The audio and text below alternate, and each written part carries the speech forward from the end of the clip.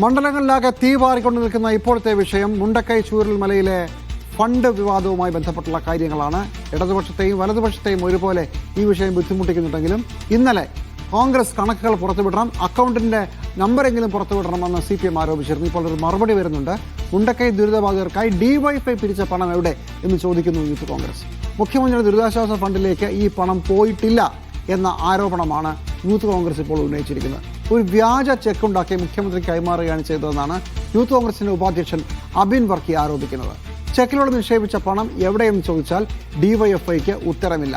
ഒരു വർഷക്കാലം പണം സ്വന്തം അക്കൗണ്ടിൽ സൂക്ഷിച്ചുവെന്നും അതിന്റെ പലിശ അവർ നേടിയെന്നും അബിൻ വർക്കി ആരോപിക്കുന്നു. മീഡിയ വണ്ണിന്റെ തീപാറും മണ്ഡലം പരിപാടിയിലാണ് അബിൻ വർക്കിയുടെ പ്രതികരണം. അതിലേക്ക് DYFI പിരിച്ച പണം, ആ പിരിച്ച പണം CMDRFിലായിട്ടല്ല ഇട്ടിരുന്നത്. ഒരു വ്യാജ ചെക്ക് ഉണ്ടാക്കി ആദ്യം ഉദ്ഘാടനം നടത്തുകയാണ് ചെയ്തത്.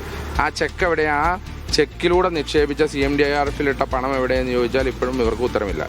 രണ്ട്, ഇവർ 2025 ഏപ്രിൽ മാസത്തിലാണ് 20 കോടി രൂപ സർക്കാരിന് കൈമാറിയെന്ന് പറയുന്നത്. പക്ഷേ DYFI പുറത്തുവിട്ട കണക്കിൽ പറയുന്നത് 2026 ജാനുവരി മാസത്തിലാണ് 15 കോടി കൈമാറിയെന്ന് പറയുന്നത്. എന്ന് പറഞ്ഞാൽ അന്ന് അവർ കാണിച്ചത് വ്യാജമായ ചെക്കായിരുന്നുവെന്നും ഈ 2026 വരെ ഒരു വർഷക്കാലം ഇവർക്ക് കിട്ടിയ പണം ഇവർ അക്കൗണ്ടിൽ സൂക്ഷിക്കുകയായിരുന്നു എന്നുള്ള കാര്യം വ്യക്തമാണ്. ഇനി 3, ഇവർ അക്കൗണ്ട് മുഖേന പണങ്ങളൊന്നും മേടിക്കുന്നില്ല എന്ന് പറഞ്ഞിട്ട് CPMന്റെ ഔദ്യോഗിക വെബ്സൈറ്റിൽ ഇപ്പോഴും കിടക്കുന്നുണ്ട് ഇവർ അക്കൗണ്ട് മുഖേന പണം മേടിച്ചു എന്നുള്ളത്. അക്കൗണ്ട് ഡീറ്റെയിൽസും കിടക്കുന്നുണ്ട്. ഇത് ഞങ്ങൾ പുറത്തു വിട്ടപ്പോഴാണ് ഞങ്ങൾ 92 ലക്ഷം രൂപ CMDRFിലായിട്ട് കൊടുത്തു എന്ന് പറയുന്നത്. അപ്പോൾ ആ അക്കൗണ്ടിൽ എത്ര പണം വന്നു എന്നുള്ളതിനെ പറ്റി ആർക്കും അറിവുണ്ട്?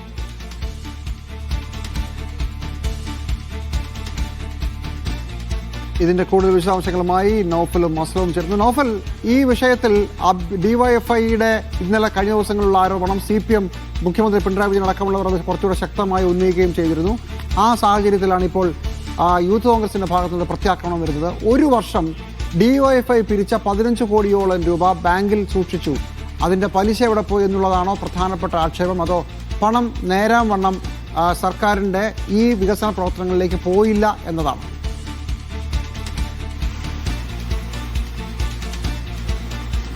ജിമ്മി സൂചിപ്പിച്ചതുപോലെ തന്നെ കോൺഗ്രസ് പിരിച്ച പണം എവിടെയും അതിന്റെ അക്കൗണ്ട് നമ്പറെങ്കിലും കാണിക്കൂ എന്നുള്ള ആരോപണം കുറച്ച് ദിവസങ്ങളിലായി CPM ഉന്നയിക്കുന്നുണ്ട്. പക്ഷേ അത് കൃത്യമായ മറുപടി കോൺഗ്രസ് നേതാക്കളുടെ ഭാഗത്തുനിന്ന് ഉണ്ടാകുന്നില്ല. പക്ഷേ മറിച്ചൊരു ആക്ഷേപം ഉന്നയിക്കുകയാണ് കോൺഗ്രസ് നേതാക്കൾ ചെയ്തുകൊണ്ടിരിക്കുന്നത്. അതിന്റെ ഭാഗമായാണ് അബിൻ വർക്കി അല്പം മുമ്പ് നമ്മോട് സംസാരിച്ചത്. വയനാട് ലഭിച്ച പണം എവിടെ എന്നുള്ള ചോദ്യത്തിനുള്ള മറുപടിയായിട്ടാണ് അബിൻ വർക്കി ഇക്കാര്യം പറഞ്ഞത്. അദ്ദേഹം പറഞ്ഞത് കൃത്യമായി കേട്ടു. അതായത് 2 കോടിയുടെ ചെക്ക് മുഖ്യമന്ത്രിക്ക് നൽകുന്നത് കണ്ടു, പക്ഷേ ആ ചെക്കിലെ പണം എവിടെ, അത് വ്യാജ ചെക്കായിരുന്നോ തുടങ്ങിയ ചോദ്യങ്ങളാണ് അദ്ദേഹം ഉന്നയിക്കുന്നത്. മാത്രമല്ല, ഈ പണം ഒരു വർഷത്തോളം DYFI പിരിച്ച പണം അക്കൗണ്ടിൽ സൂക്ഷിക്കുകയും അതിന്റെ പലിശ കൃത്യമായി എവിടെയെന്ന് പറയാൻ DYFIക്ക് സാധിക്കുന്നില്ല. അതായത് DYFI പിരിച്ച പണത്തെക്കുറിച്ചുള്ള കൃത്യമായ കണക്കുകൾ പൊതുജനമധ്യത്തിൽ ലഭ്യമല്ല.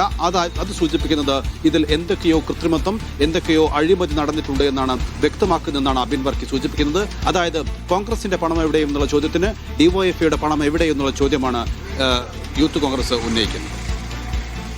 ഇപ്പോൾ മുഹമ്മദ് അസ്ലം നമ്മോടൊപ്പം ചേരുകയാണ്. അസ്ലം, ഇതിനൊരു പശ്ചാത്തലം DYFIയുടെ പണം എവിടെയെന്ന് ഇത് കുറച്ച് നാൾ മുമ്പ് തുടങ്ങിയ ഒരു ആക്ഷേപമാണ്. ഇതിന് അങ്ങോട്ടും ഇങ്ങോട്ടുമുള്ള ഫേസ്ബുക്ക് പോസ്റ്റുകളും ബൈറ്റുകളിലുള്ള യുദ്ധമൊക്കെ ഒരു ഘട്ടം കഴിഞ്ഞതാണ്. ഇപ്പോൾ വീണ്ടും ഇത് സജീവമാകുമ്പോൾ ഇതിന്റെ ഒരു കോണ്ടെക്സ്റ്റ് കൂടി അസ്ലം ഒന്ന് വിശദീകരിക്കാമോ? ഇപ്പോൾ ഈ വിവാദങ്ങൾ എവിടെ എത്തി നിൽക്കുന്നു?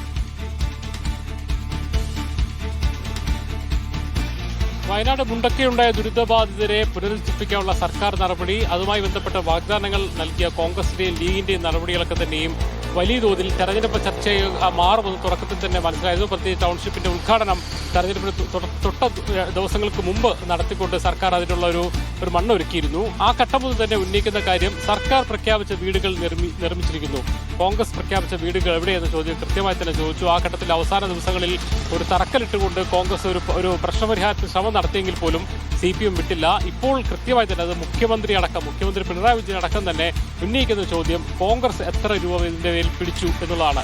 അത് 5 കോടി എന്നൊരു കണക്ക് KPC പ്രസിഡന്റ് മീഡിയകളോട് പുറത്തുവിട്ടെങ്കിൽ പോലും അതിൽ കള്ളത്തരമുണ്ട്. അതിൽ അത്രയും പണം ഭൂമിക്ക് വേണ്ടി ചെലവായിട്ടില്ല, അതുകൊണ്ട് ബാക്കി പണം കട്ടോ എന്ന കാര്യം പറയണമെന്ന കാര്യം കൃത്യമായി ചോദിച്ചുകൊണ്ടിരിക്കുന്നത്. ഈ ഘട്ടത്തിലാണ് പിന്നെ DYFI ഫണ്ട് കൈമാറിയെ സംബന്ധിച്ചുള്ള ഒരു രീതിയിലെ വ്യത്യാസം മുൻനിർത്തിക്കൊണ്ട് യൂത്ത് കോൺഗ്രസും ആരോപണം ഉന്നയിക്കുന്നത്. ആദ്യം മുഖ്യമന്ത്രിയുടെ സാന്നിധ്യത്തിൽ ഒരു ചെക്ക് കൈമാറുന്നുണ്ടായിരുന്നു DYFI നേതാക്കൾ. അത് 20 കോടി രൂപ CMDRFിൽ മുഖ്യമന്ത്രിയുടെ ദുരിതാശ്വാസ നിധിയിലേക്ക് എന്ന പേരിലാണ് ആ ചെക്ക് കാണിച്ചിരുന്നത്. നമുക്കറിയാം, അത്തരത്തിൽ ഉദ്ഘാടനത്തിന് കൊടുക്കുന്ന വലിയ ചെക്കിൽ കാണിച്ചത് CMDRF ആണ്. അതേസമയം തന്നെ ആ CMDRFിലേക്ക് അല്ല ആ പണം കൈമാറിയത്. ഇത് മാത്രമല്ല, പറഞ്ഞ സമയത്തല്ല പണം കൈമാറിയത്. ഇന്നലെ ഈ സംബന്ധിച്ചുള്ള വിശദീകരണക്കുറിപ്പ് DYFI പുറത്തിറക്കുമ്പോൾ അതിലുള്ളത് മുഖ്യമന്ത്രിയുടെ ദുരിതാശ്വാസത്തിലാണ് ആദ്യഘട്ടത്തിൽ പണം കൈമാറാനുള്ള നിർദ്ദേശം ഉണ്ടായിരുന്നത്. പിന്നീട് ഈ വീട് നിർമ്മാണം തുടങ്ങിയതിനു ശേഷം സ്പോൺസർഷിപ്പ് എന്നതിലേക്ക് സംവിധാനങ്ങൾ മാറി.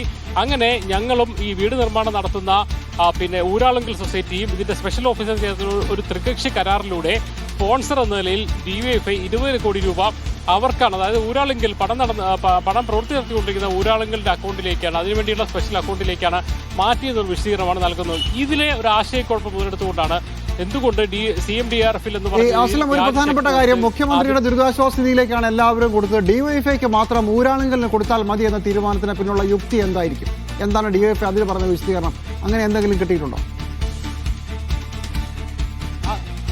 അതിനെക്കുറിച്ച് അവർ ആ കുറിപ്പിൽ മാത്രമാണ് സംസാരിച്ചതിന് ശേഷം മാധ്യമങ്ങളോട് സംസാരിച്ചില്ല. കുറിപ്പിൽ പറയുന്ന ഒരു കാര്യം എന്ന് പറയുന്നത്, ആദ്യഘട്ടത്തിൽ സർക്കാരിന്റെ നിർദ്ദേശം മുഖ്യമന്ത്രി ദുരിതാശ്വാസ നിധിയിലായിരുന്നു.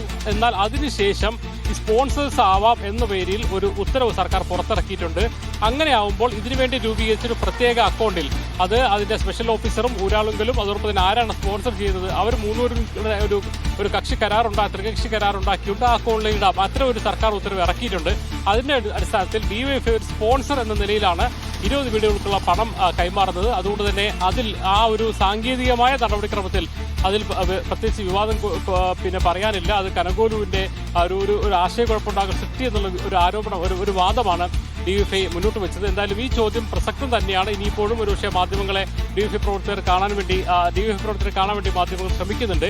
ആ ഘട്ടത്തിൽ ഈ കാര്യം ഒന്നുകൂടി ചോദിക്കേണ്ടി വരും. എന്തായാലും എന്തുകൊണ്ട് ആദ്യഘട്ടത്തിൽ കൈമാറിയില്ല? അത്രയും പണം എങ്ങനെ സൂക്ഷിച്ചു? അതിലെന്തെങ്കിലും പലിശ വരുമാനം ഉണ്ടായിട്ടുണ്ടോ? അതിനെന്ത് ചെയ്തു എന്നുള്ള കാര്യത്തിൽ സ്വാഭാവികമായിട്ടും മറുപടി പറയേണ്ടി വരും. രണ്ടാമത്തെ കാര്യം, എന്തുകൊണ്ട് ഇതിലേക്ക് പോയി CMDRFിലേക്ക് കൈമാറുന്നു എന്ന് പറഞ്ഞതിന് ശേഷം ഇതിലേക്ക് പോയി അതിൽ ഈ ഉത്തരവ് ഉള്ളതാണോ, ആ വാദം നിലനിൽക്കുന്നതാണെന്ന് കൂടി പരിശോധിക്കേണ്ടി വരും. എന്തായാലും ഈ ഒരു ആശയക്കുഴപ്പം മുതലെടുത്തുകൊണ്ട് കോൺഗ്രസിനെതിരായ ആരോപണത്തെ, വീടുവെക്കൽ ആരോപണത്തെ അറ്റാക്ക് ചെയ്യുകയാണ്. ഇതിൽ ഏറ്റവും പ്രധാനപ്പെട്ട കാര്യം എന്ന് പറയുന്നത്, DYFI ഒരു കുടിൽകെട്ടൽ സമരം നടത്തിയ ഒരു പക്ഷേ കോൺഗ്രസിനെ സംബന്ധിച്ചുള്ള ഏറ്റവും കൂടുതൽ പ്രതിരോധത്തിലാക്കിയ ഒരു കാര്യം, അവരെടുത്ത ഭൂമിയിൽ വീട് വെക്കാത്തതുകൊണ്ട് തന്നെ അതിന് സമീപത്തൊരു കുടിൽകെട്ട് സമരം നടത്തിക്കൊണ്ടാണ് DYFI കോൺഗ്രസിനെ അറ്റാക്ക് ചെയ്യുന്നത്. അതിനുള്ളൊരു മറുപടി കൂടിയാണ് ഇപ്പോൾ യൂത്ത് കോൺഗ്രസ് നൽകുന്നത്.